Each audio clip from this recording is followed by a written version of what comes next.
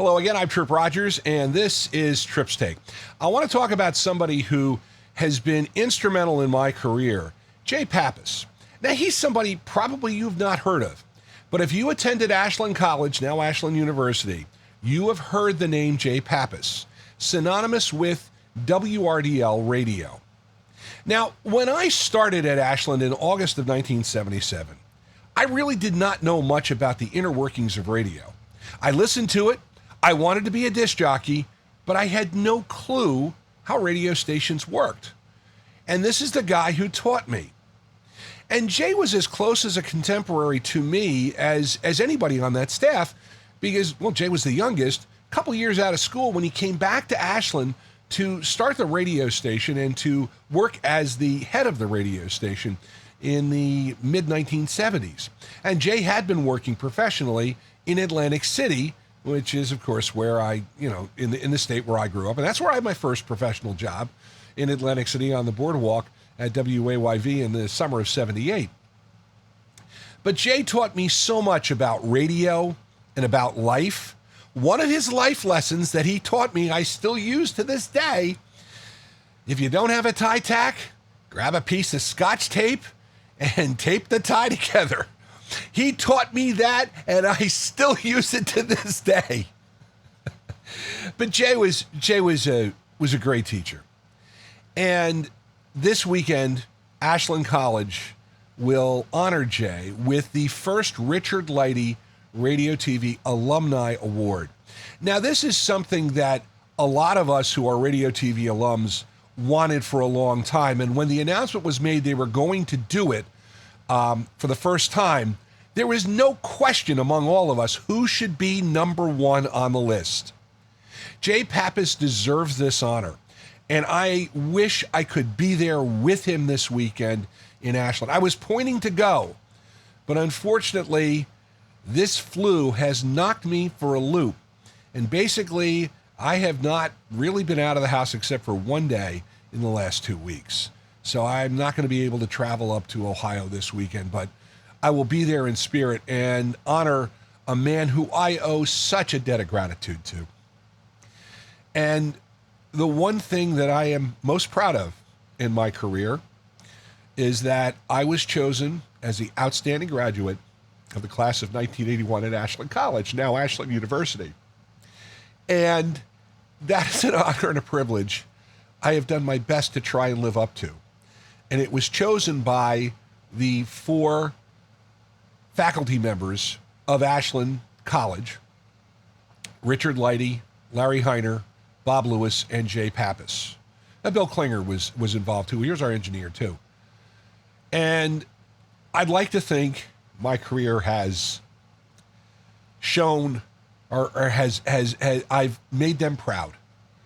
And Jay and I have communicated a couple of times since this award was announced, and he has said he was very proud of the broadcaster I've become, and that means the world to me. But I really am upset I can't go this weekend because I'm going to miss getting together with some of my alums who I've not seen in a long time. And one of them reached out to me the other day because I let them know I wasn't going to be able to attend. And he said, "Tripp, you've been one of the graduates of that era in radio that have flown the flag for radio all these years." And that says something about you. And that meant the world to me. That comment meant the world to me. And last year, doing 6 hours on WRDL was such a fascinating time and such a fun time, and it's a memory that I will hold to my grave. And the people I was there with was just wonderful. And I miss that camaraderie, and I'm going to miss that this weekend. This weekend also, we have the Final Four in both men's and women's college basketball. And I got to tell you, I enjoyed watching the women's Final Four. And I know Caitlin Clark's not playing, but still interesting. You know, the women's game is different than the men's game. Men's plays 2 halves, women's plays 4 quarters. I mean, they're the same length of time, by the way, but you still have the differences. And I think it's going to be very interesting to see how the ratings go this weekend, because once again, though, ABC and ESPN have dropped the ball. Why wouldn't they put the women's final on network TV at night? on Sunday night.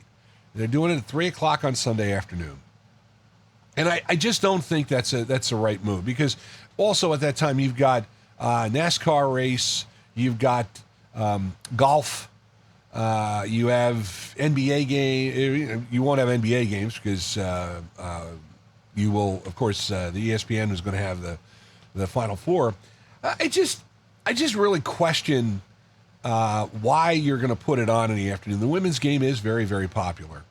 They are, of course, in Tampa this weekend, and it'll be interesting to see if South Carolina can make it 2 straight. But listen, you talk about a loaded Final Four. You talk about the men's Final Four, all number 1 seeds have advanced. And you talk about a loaded women's Final Four. You've got all number 1 seeds except for a number 2 by the name of UConn. And UConn, of course, hasn't won a national championship in 10 years. That's an astonishing statistics when you think about it, because of what Gino Auriemma and the UConn program has meant to women's college basketball. So it's going to be a fun weekend. And then, of course, next week, you have the Masters in Augusta, a tradition unlike any other. And I think I've mentioned this, I may not have, but I will be going there for the first time at Augusta National to attend the Masters. I got a ticket to the practice round on Wednesday, par 3. I am looking forward to it. It is a bucket list thing, and I'll be able to check that off. And I have to thank my buddy Apple Joe for that one. And that is Tripp's Take for April the 4th, 2025. Like to hear your comments and questions about my podcast? Feel free to email me, trippstake@gmail.com. If you like the music of the 60s, 70s, and 80s, give a listen to WTRSradio.com. It's my online radio station. You can find it on live365.com. Thank you very much for joining me. I'll be back again next week. For now, Tripp Rogers. Make it a great one.